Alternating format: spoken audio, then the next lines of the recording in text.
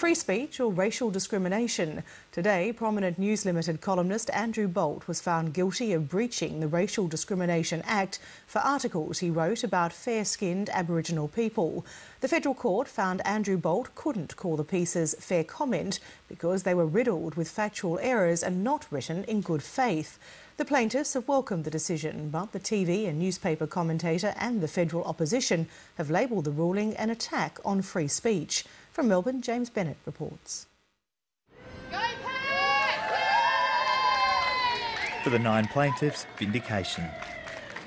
I'm telling you now, this is the highlight of my career, of my life. This is a terrible day for free speech in this country. Terrible day for free speech. Can I at least have my free speech now? But the federal court ruled free speech has limits, and Andrew Bolt had overstepped them. Justice Morty Bromberg found that 2 opinion pieces Bolt wrote in the Herald Sun in 2009, titled "It's Hip to be Black" and "White is the New Black," were likely to offend, insult, humiliate or intimidate, as they implied that fair-skinned Aboriginal people claimed Aboriginality so they could access what Justice Bromberg termed benefits. He rejected Bolt's contention they were fair comment, saying they contained erroneous facts, distortions of the truth and inflammatory and provocative language. Bolt, who's admitted he used Google to research his subjects instead of contacting them, wrote that lead plaintiff Pat Eatock only started to identify as Aboriginal when she was 19. She says she first realised she was different when her father returned to the North Queensland town where she'd just enrolled in school, aged 5. And it was seen by the whole town that he was Aboriginal, and everyone went shock, horror, Aboriginal, mixed marriage.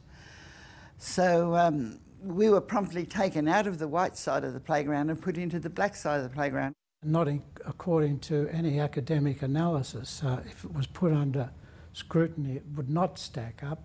Academic Wayne Atkinson was another plaintiff. Bolt wrote that his Aboriginality was limited to distant relatives. They were fundamental errors of fact, distortions or whatever you like to call them, in terms of just selecting those 2 ancestors. Other errors include mistaking Professor Larissa Barrett's part English ancestry for German, asking rhetorically in one article, "Which people are yours exactly, mein Liebchen?" Justice Bromberg ruled that the lack of care and diligence, together with the derisive tone and the inclusion of gratuitous asides, meant Bolt's articles could not be considered fair comment. We should not insist on the differences between us, but focus instead on what unites us.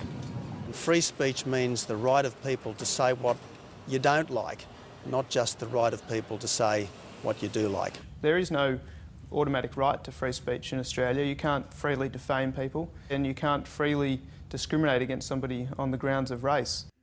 Outspoken QC and media commentator Peter Farris says that Justice Bromberg's identification of fair-skinned Aboriginal as a group within the Racial Discrimination Act is problematic.